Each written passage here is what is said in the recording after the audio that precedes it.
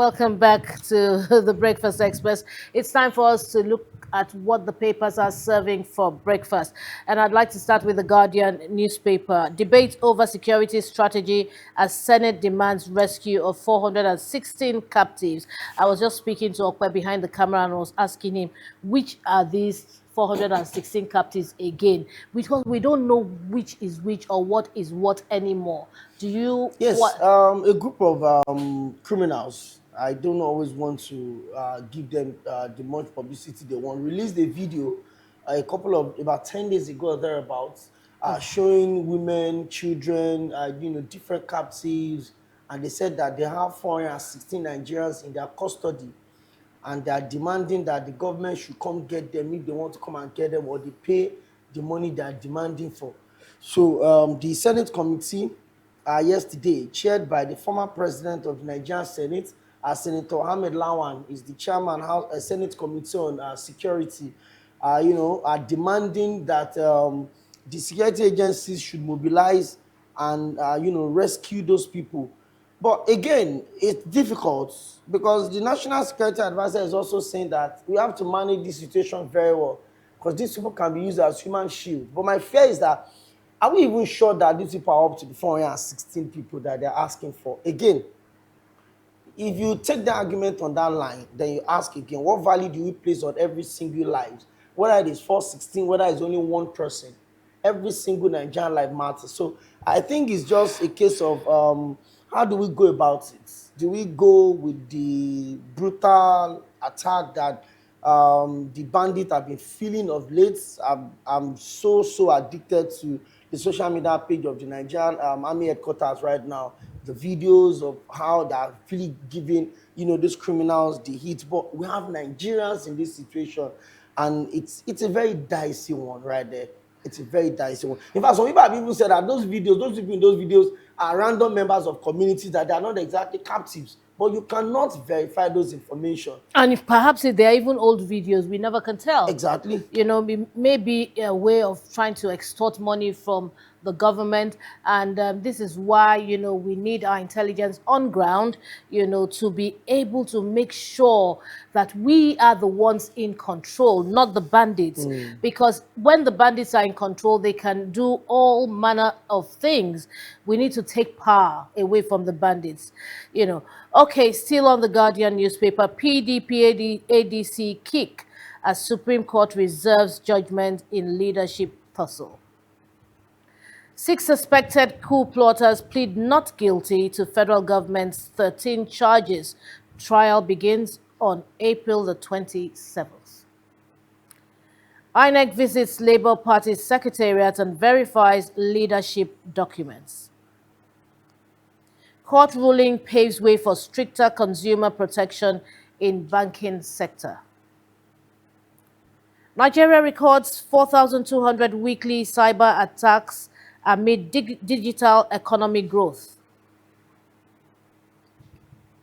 Ndokwa protesters blockade Delta government's house over decade-long blackout.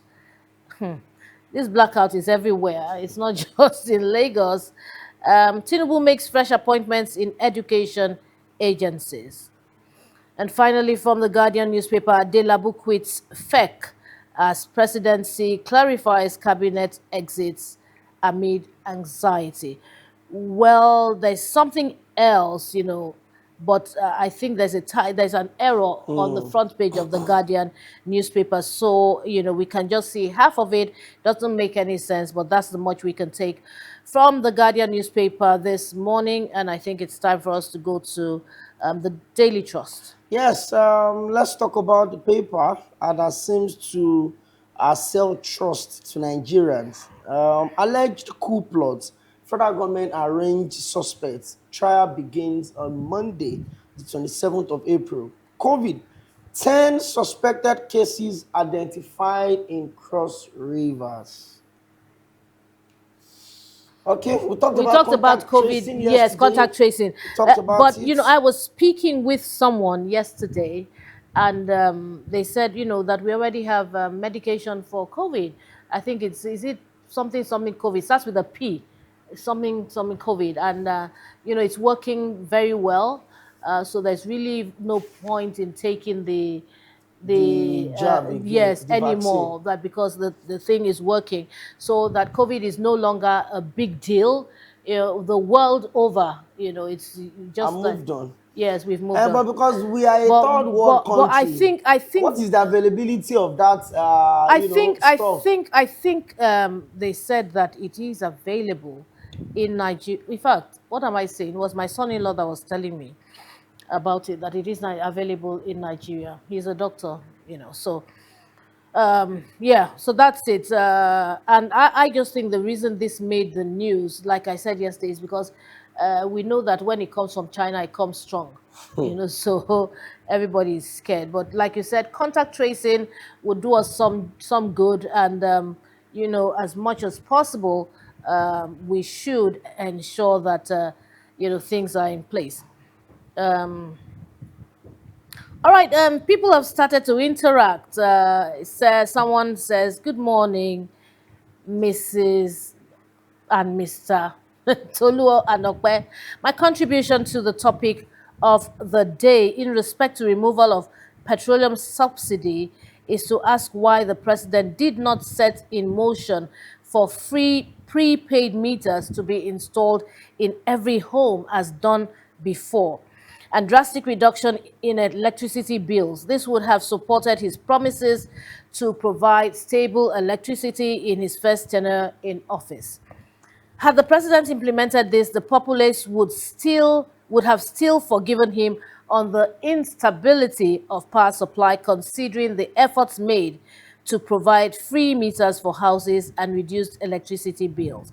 And this is coming from Taiwo Israel in Lagos. Where greatly excited, that we're having some sort of interaction. Please continue to watch the Breakfast Express show, and tell us what you think, contribute to our topics for that, for discussion. I think it's really key.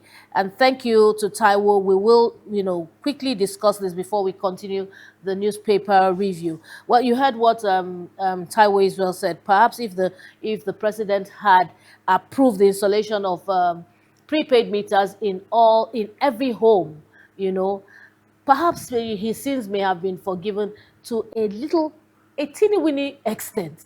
What's your take on this, The okay? decision to announce, even though the previous administration that handed over, the administration of late President Muhammadu Buhari, did not make provision for subsidy in the June, budget. So the provision covered from January to May. So the government they are handing over to is basically saying that it's official. Vaccine, sorry, subsidy is gone. And so, but one would expect that for such an experienced, individual like President Bola Tinubu, he should know that there will be an instant reaction, to that announcement. Because the moment the president made that announcement in Abuja, there was artificial scarcity. Fuel stations were closing their pumps.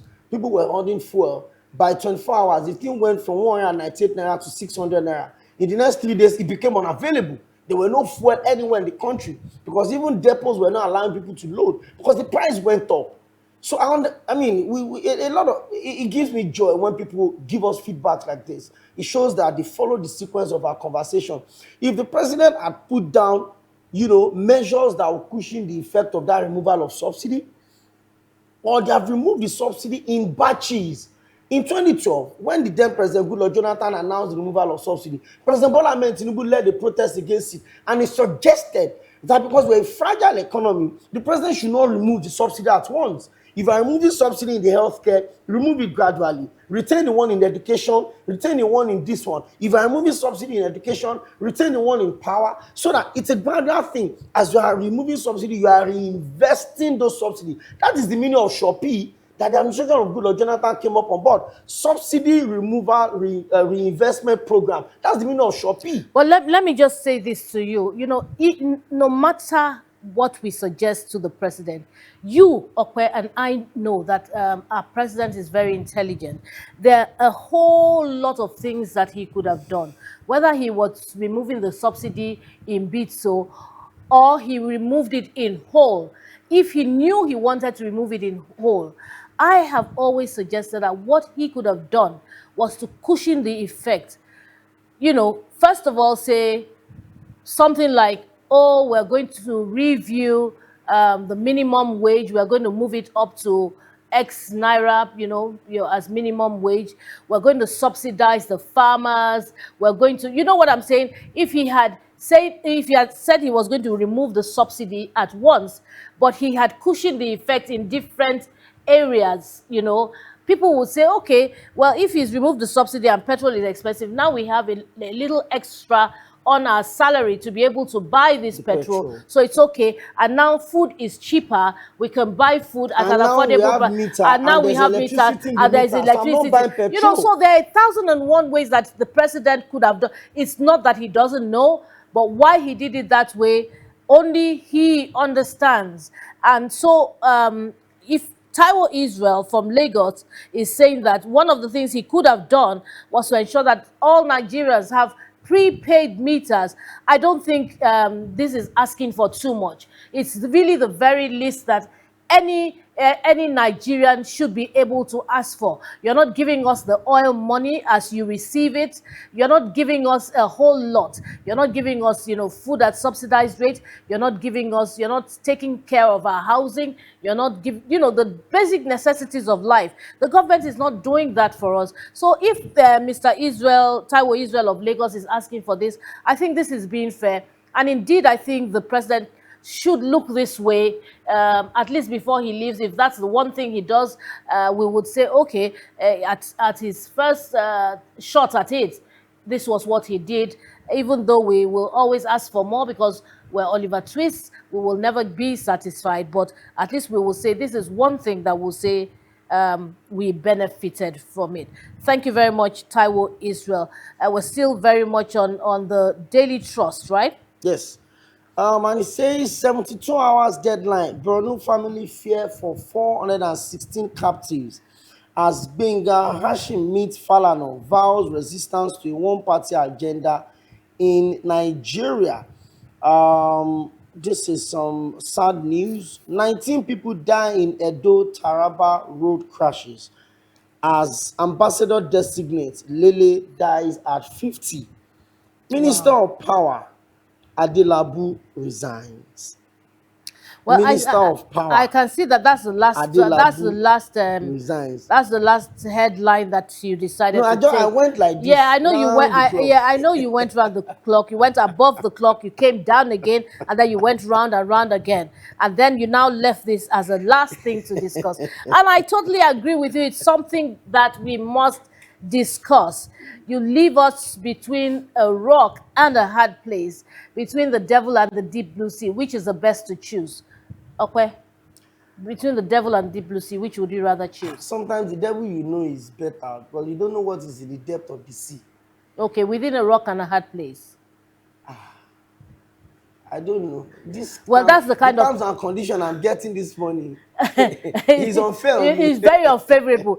That's the kind of thing that Adelabu has done, out of selfishness. He really didn't achieve anything, before he left, as far as I'm concerned. And I just think it is just as good as he said to the president when he was appointed that I would not be able to deliver on what you're asking me to do because this is not my area of core competence. I think that would have been a more honorable way to have handled it than to have greedily taken it on, not knowing how to go about it, not consulting with the people who understand how it works, not delivering to the people who are looking up to you. I think that's quite shameful. And now you are going, for what we can term as greener pastures, and you're leaving and abandoning the people with, confusion. That's what it is, because we don't know what's going to happen from this point on. I just think it's a total mess. And some monies have been allocated to help, improve the situation for Nigerians. We are not sure how that money is going to be expended. We are not sure when that money will be collected, or perhaps it has been collected. We're not sure about how this money will be channeled. We're not sure that anything that is being done to the benefit of the Nigerian people. Okay, I know how terrible this is, and I know how this bothers you, but I will let you vent. So I've seen businesses collapse Wait now, you didn't even take due a break. to, Wait, when I hear vent, that's the key word. This is a glass table. When you're It must stop acting, break, it oh. won't break. When Uh-huh. you're acting, they tell you to look for the cue for your next line. So when I heard vent, it just like go, and I'm just, I've seen businesses collapse. Businesses that could have helped us to, build up on the economy. So because we're a very fragile economy, because we're not just a third world country, we are not just a developing country, we are a consumer-based country. We literally consume everything, and then we are an import-based country. We barely produce anything. So when you have an economy like that, you can rely heavily on the bigger employers, the Dangotes, the financial institutions and all of that. Those ones employ the 5,000, the 10,000, the federal government, the civil service and all of that. But you see those employers of five, those welders, those fashion designers, those hairstylists, those weavers, those shoe builders, shoemakers, those phone technicians, those laptop repairers, those small business, they stimulate the economy even more than those big businesses. Because you look at someone, for instance, so I have 10 million and I want to open a business. I want to open, for instance, a photography studio. I import my light, I import the cameras, I have everything, and I employed a graphic designer, I employed a cameraman, I employed a set designer, I employed a secretary, I employed an accountant. So we have like 6 people within that small workforce. You've taken those people out of the labor market. Those people in their own space too can also have things that they are doing. But when somebody opens a business and the little profit is making on that business, instead of him to reinvest it in that business, to buy bigger cameras, expand the studio, he's using the profit to power that business by buying petrol. The economy cannot grow that way. That business cannot grow that way. I was on a show one day and a caller called and he was like, oh, he's about closing his hospitality business on the island. That is not that he's not making money, but he's making money and he's using the money to buy diesel.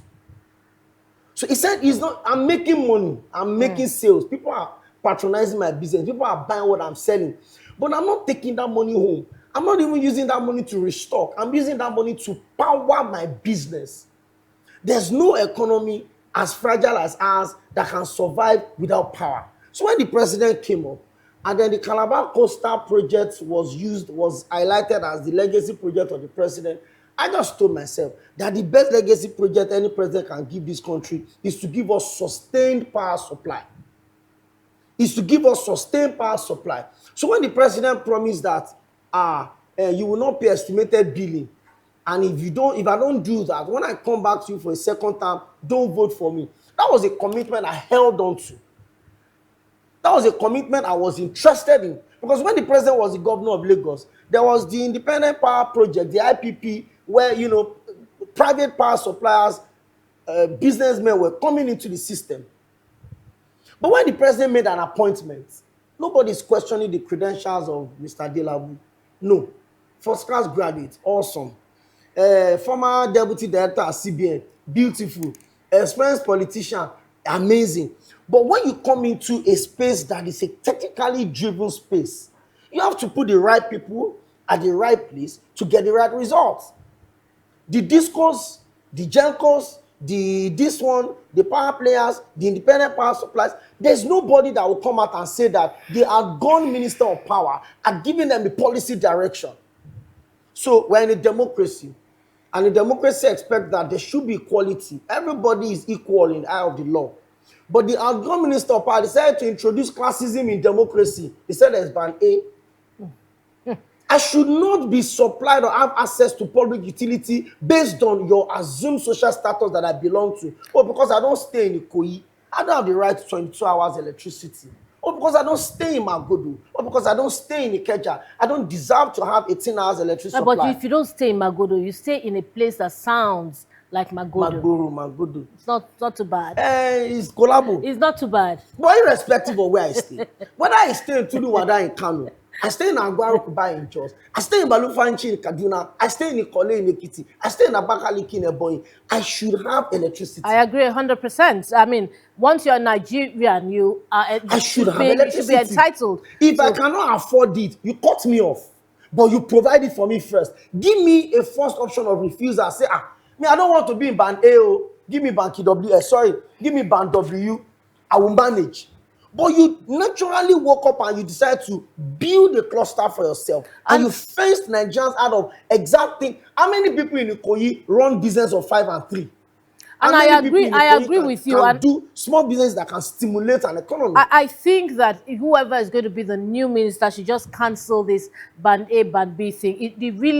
It never, look, it was dead on arrival. It never made sense. It never will make sense because we're all Nigerians and no Nigerian is more equal than the other. We're all human beings. And like I used to tell my children when they were growing up, I said to them, these house girls are not your house girls. You don't ask them to do anything for you. You do these things yourself. And I said to them, you're all human beings. The only difference is that they don't have the opportunity that you have.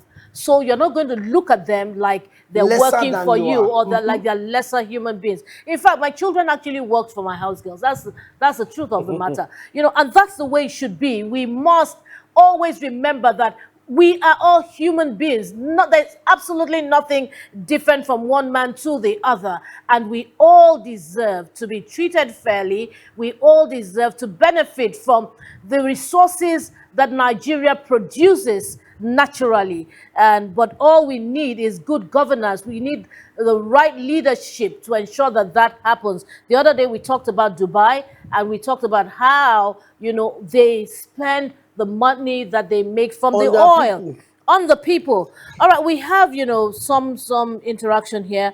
Tunde from Abeokuta. I have two contributions. One, why can't government subsidize food to cushion the harsh effect of oil subsidy removal? And the second one, the pension contribution policy for those who have pensions should be reviewed. People with pension contributions should be given access to their pension when they are younger to enable them invest in whatever they see as profitable. Not this 25% that they cannot use to do anything meaningful. They should have access to bulk of their pension. Not doing this in putting heavy pressure on the working class who have a lot to deal with economically. Thank you so much, Tunde from Abeokuta. We appreciate this contribution. Okay, should we quickly do this and then move on to the next? Yes, I mean, very thoughtful, very thoughtful. And whether we like it or not, people have reasons to question some of the policies of government for obvious reasons. One of the things that affect us the most is food. So if you cannot secure the farmers, you make it difficult for us to have food in our markets. If you cannot do the road from the farms to the city centers, you make it difficult for us, to have food in the city center. So I've always suggested that the government at this point should have food banks. So you go to the farmers. What did you plant? Okay, I have pineapple. How many hectares? 10. What is your estimated profit when you harvest? 10 million. Okay, you know what? From your farm to the city center, what would cost you for transportation? Oh, 2 million. Okay, that's 12 million. I'll give you 10 million. I'll come and harvest everything from your farm myself. I will save you the cost of transportation. And so wherever I take it in those banks, I will sell them at subsidized prices to the people. That is direct impact. That is direct impact. It can even provide security to the farms because when the government is going to harvest those things, they come fully armed. So if you go to Benue and then you look at a yam plantation, for instance, how many tubers of yam can you harvest from this place? 10,000 tubers. And what is the market value? 5 million. Take 5 million. Give me the farm. I will harvest everything in the farm. manage the risk, take those yams to a food bank in Makodi or in Otukpo or in Otukpa, and the people of the state can come there and buy at a subsidized price. That is what governance is. So when I tell people that governance is not rocket science, it's nothing cast in stones. The people that are implementing good policies, that are writing good policies, they don't have two heads. Well, I agree with you, Okwe, and I do very much agree with Tunde from Abeokuta. This is exactly what we discussed yesterday on the program, and I remember giving the example of farmers abroad in the UK, and this kind of situation taking place there, and it's not a bad thing if it happens here in Nigeria. Nigerians, are worth it. Nigerians are so resilient. They just keep on, and despite the fact that the government doesn't do much for them, they keep on. But my point is that we are not going to be pushed to the wall. We will make our demands as that when due. It's a different thing if the government is not going to listen. It's a different thing if the government is not going to carry it out. But on this breakfast table, we will speak and we will say to the government that the people are demanding what is due to them. They're demanding good power supply, they're demanding good roads, they're demanding, food, abundance of food and at reasonable prices. They're demanding, everything that a human being should have, and we hope somebody is listening. We have something else from Okay, we have something from Mr. Peter Edosa, but I think he's still typing. He sent a video that we cannot watch. So in the meantime, we will go back to the papers. Are you done with the Daily Trust? Yes. Okay, so it's time for us to go to the Vanguard. We will come back to Mr. Peter Edosa. The Vanguard above the nameplate, Supreme Court reserves judgment in PDP ADC leadership crisis. Court remands alleged coup plotters in DSS custody. Ex-Finance Minister Edun resigns on health grounds, and that's coming from the presidency. Foreign inflows jump 78% on NGX amid rising outflows. And the banner headline for the Vanguard newspaper, How Nigeria Can Achieve Food Security, and that's by experts. Nigerian officials involved in killing of Christians, U.S. Senator Ted Cruz. And Boko Haram killing more Muslims than Christians is coming from Lai Mohammed. Well, we haven't heard from Lai Mohammed in a very long time. And now they are spoken. And now they are spoken. He's living his name to reality. All right. I got what he did there. He said he's living his name to reality. His lie is not lie. Okay. It depends on how you want to pronounce it. For convenience, you pronounce it the way you want to pronounce it. Honestly, because I don't know how anybody will come and make this kind of statement that is pretty obvious. Yes, it is true that Muslims and Christians are being killed, so we shouldn't single anyone out. But we know that obviously. We know that obviously the numbers are not the same. We cannot equate the numbers. But you see, these people, do these things calculatedly, if you ask me. All right, still on the Vanguard newspaper, I'm not going to be dragged into something that is not of any consequence right now. Factional PDP chairman Turaki alleged false claim. Factional PDP chairman Turaki. Atiku to National Assembly, amend Electoral Act. And finally, Benga Hashim Falano vow resistance as one-party system. All right, how did you get to read that? Okay, we have something else. Good morning, presenter. I pity those expecting power from government. Nigeria has failed. Gone waiting for burial soon from Togo in Ogoja, Cross River State. Okay, I'll take that again. Good morning, presenter. I pity those expecting power from governments. Nigeria has failed. Gone waiting for burial soon. Okay, and this is coming from Togo in Ogoja, Cross River State. The man is saying that Nigeria has failed. It's totally gone. It's waiting to be buried, and that we should stop expecting the government to give us power. And those who expect that, he actually pities them. Well, Mr. Togo, before I go to Okwe, I'd say to you, don't pity us, or rather, let's join our voices. You never can tell. One day is one day. These things may be heard. But if we keep quiet and say Nigeria is dead and buried, the Nigeria I live in is not dead, though, and it's not buried, because we're still alive. You are alive, and you see, where there's life, there is always hope. And I know that Nigeria will be better. Let's just pray, that we get the kind of leaders that understand and feel the pulses of the masses. That's what we're looking forward to. And one day that will happen. Perhaps if the president, is voted into power again, I don't know what people will do right now. But if that's what they do, perhaps he has a different agenda for his second tenure. I really don't know. But what I'm saying is that may God give us a leader who will feel the pain of the masses. Okwe, I want to hear from you, but you need to breathe first. No, it's fine. Okay. I'm a very, very positive person. And I've always said it that Nigeria is not dead. This country cannot die. This our democracy would work. Beyond successful transition of power for the past 26 or so years, this is the only place to call home. Yeah, you can have dual citizenship, you can travel anywhere in the world, but they will still address you as Nigerian American. And whether you like it or not, no matter who, where, what to become, this is where you still come back and call home. Even if you travel, you cannot move everyone that is connected with you. Even if you move your father, your mother, your sister, you cannot move your cousins, your nieces, your nephews, your uncles. You would always leave someone behind here, that will make you look over your shoulder and say, what is going on in Nigeria?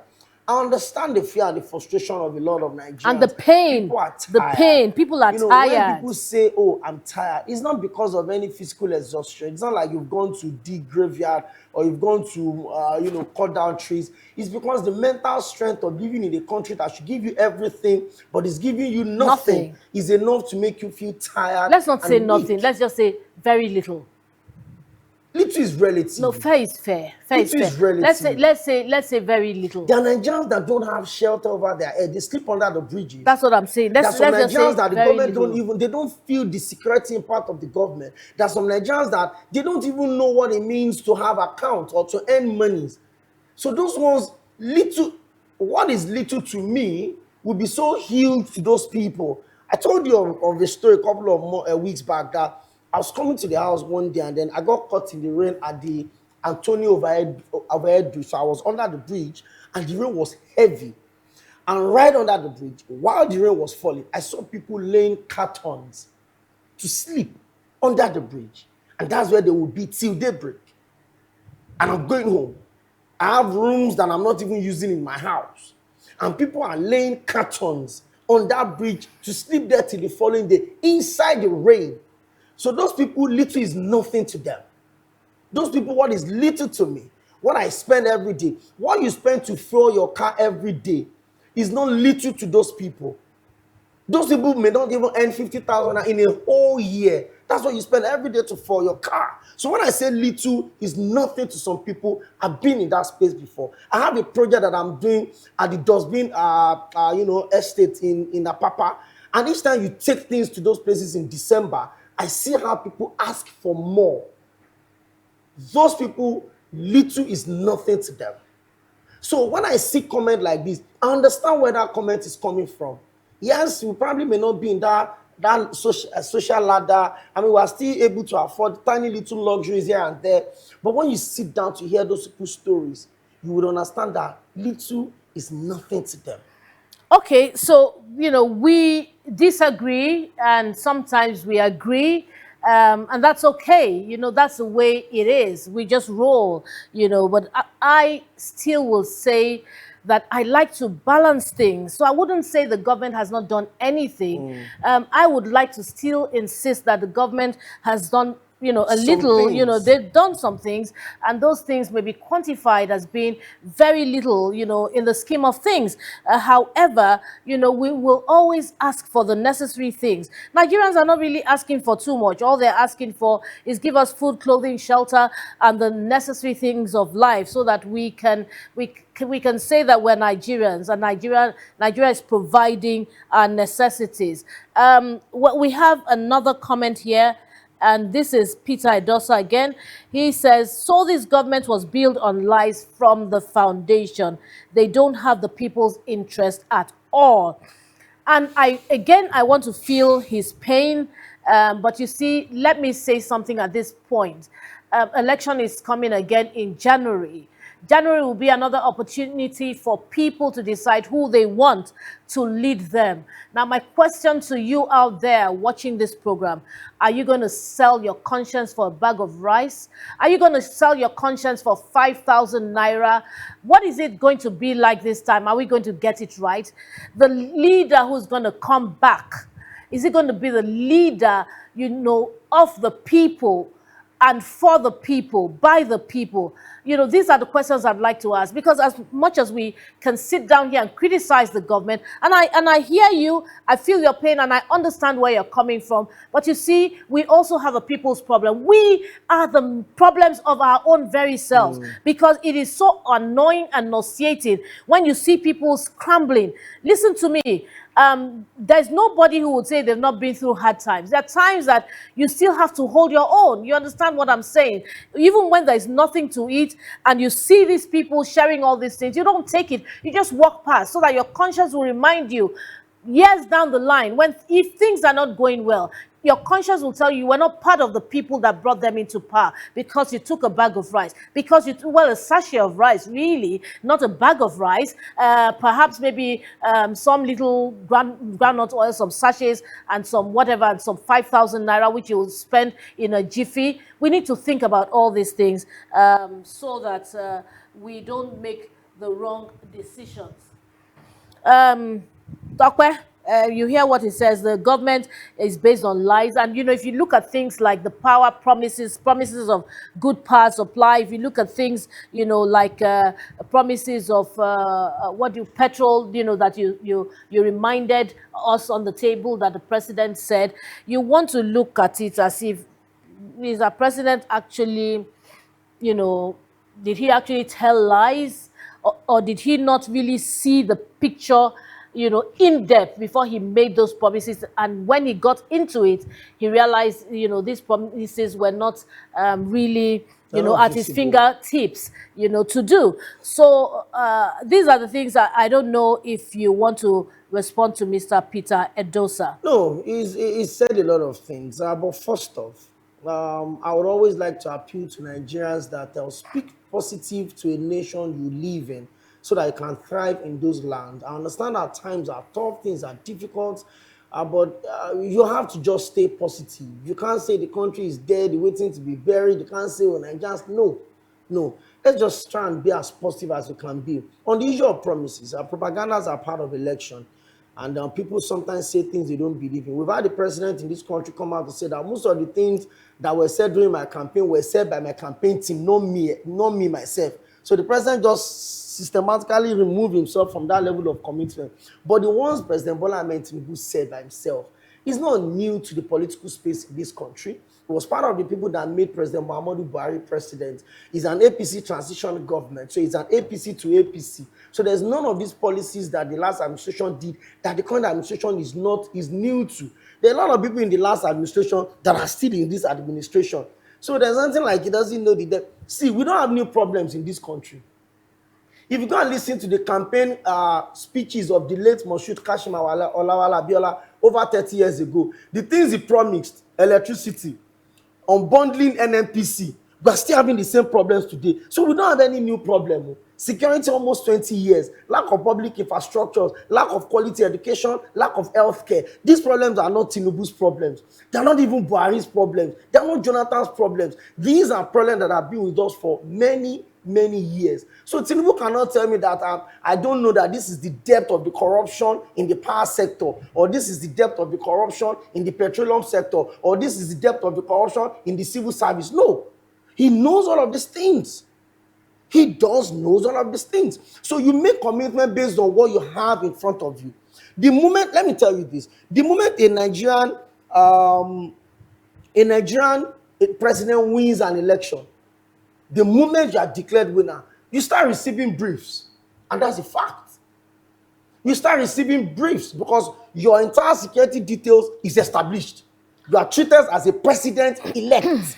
You can't go. I covered the election, the polling unit of President Bola in 2023, very close to the Keja City Mall here. That was where he cast his ballot. When he came in to vote for himself as a presidential candidate, the security details was not as tight as when he came back to vote in the governorship and the House of Assembly. Because as at that time, he was already the president-elect. The way they condoned the journalists, we couldn't come close to the president the way we were able to do when he came to vote for himself. Because as at the time he came back a week after, he was coming in as the president-elect. So the president get briefs. You can't tell me that he was entirely new until the day he got sworn in. That's when they handed over to him. No. The moment you become the president-elect, you start getting briefs. You start getting certain security information. You start getting certain economic templates that they do hand over notes. Okay, this okay. is where we are. Okay, Okpe, because we don't have time, I really apologize. I must cut into your feelings and the expression of your feelings, okay? But I still will repeat, with a calm, that they say the taste of the pudding is in the eating, so if he had made promises before he became president, don't forget you're saying that, the minute he whatever, they give him the brief and everything, but that's after he's made all those promises. Let me tell you something. Before people get married, your parents will tell you this is how marriage is, this is how marriage is not, and so on and so forth. But guess what? It is until you get into it that you understand certain things about marriage, things that they spoke about that you never could have seen. And that's the way of life. If you don't taste it, if you don't feel it, you don't understand it. So perhaps, again, and I'm not saying that is the way, I'm saying that perhaps he may have thought he knew, but he didn't know, and that's why we must be careful when we make promises, especially if you're not in there. Lagos State is a different ball game from Nigeria. And so, again, I say, let's be careful when we're making these promises, because people will hold you to your words when the time comes. And, I would again like to buttress what Okpe said. Let's try not to talk down on Nigeria. Nigeria is our country. We don't have any other country. And so I think Nigeria is the best country in the world. It's the only country where you can own a house, and it's yours and you can pass it down to generations. You don't own it for just 99 years and the government will take it over. No, you own it and you own it through and through. Nigeria is the only place you can sleep today without having money, without having anything, and tomorrow you become a millionaire because some idea will just click. That's Nigeria for you. You can't get that in any other country in this world. Nigeria is unique in 1,001 ways. I like how you didn't politicize that line of thought. Yeah, it's a unique in 1,001. Become a politician today and become a billionaire. That one is standard. Yeah, any which way. Anyway, if you have a good idea, you can, it can fly if you get the right connections just in one day. And so let's just keep saying that Nigeria will be great again. I'm optimistic. I don't know if you're going to join me to become optimistic. It's not what I'm seeing right now. If I was going to speak as per what I see right now, I'll be speaking doom, but I won't speak doom to a country where I live and a country where I know that my children's children will live, and everybody, all the good people in this studio are living, and you who's contributing will make, great impact. Nigeria will be great again. Okay, I think we may just quickly do the one more paper. Just we're not going to discuss. Just take the headlines and then we can go into the topic proper, if we may. Is that okay, Okwe? Yes. Should we do Nigerian Tribune?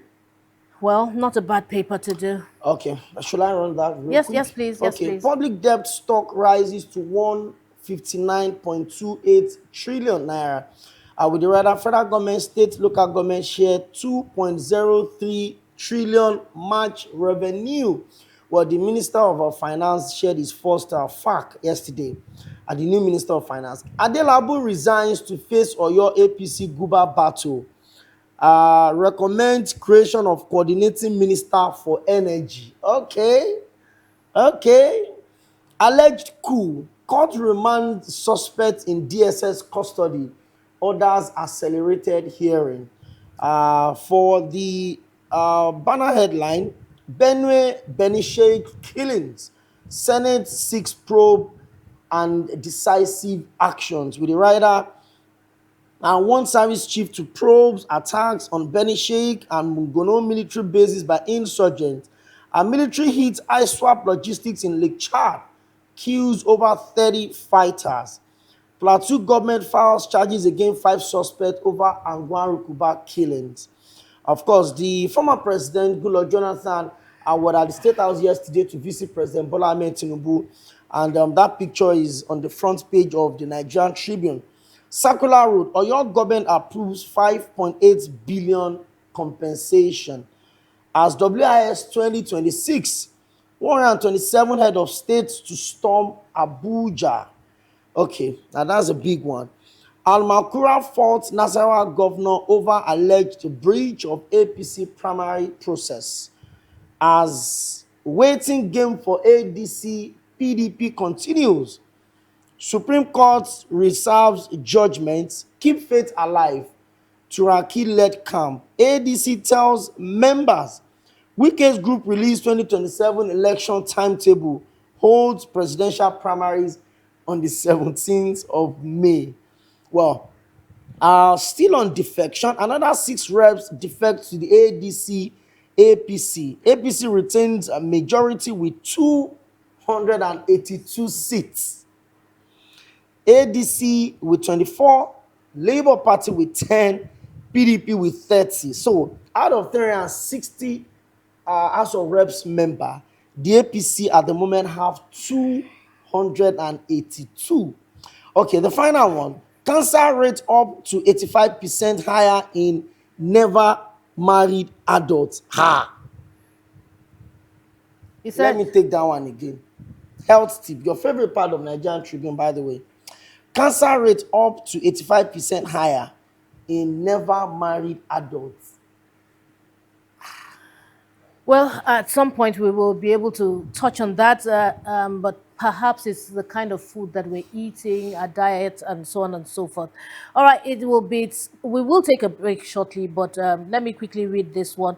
United States of America spent twice African budget to save one of its airmen in Iran. In Nigeria, we are losing generals and hundreds killed.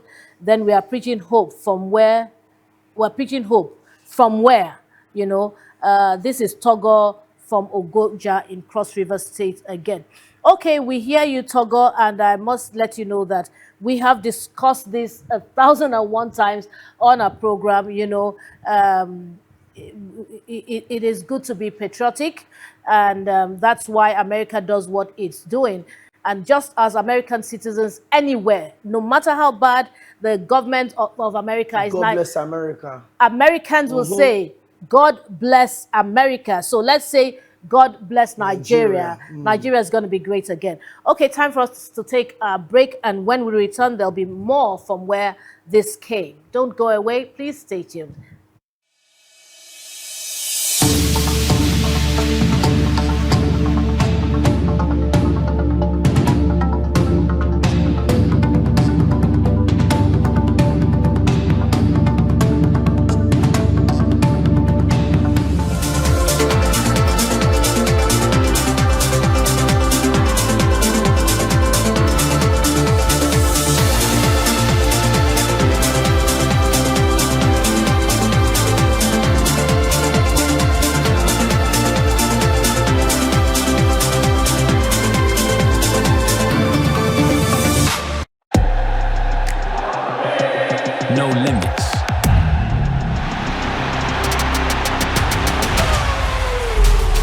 Welcome to the Africa Magic Viewers' Choice Award.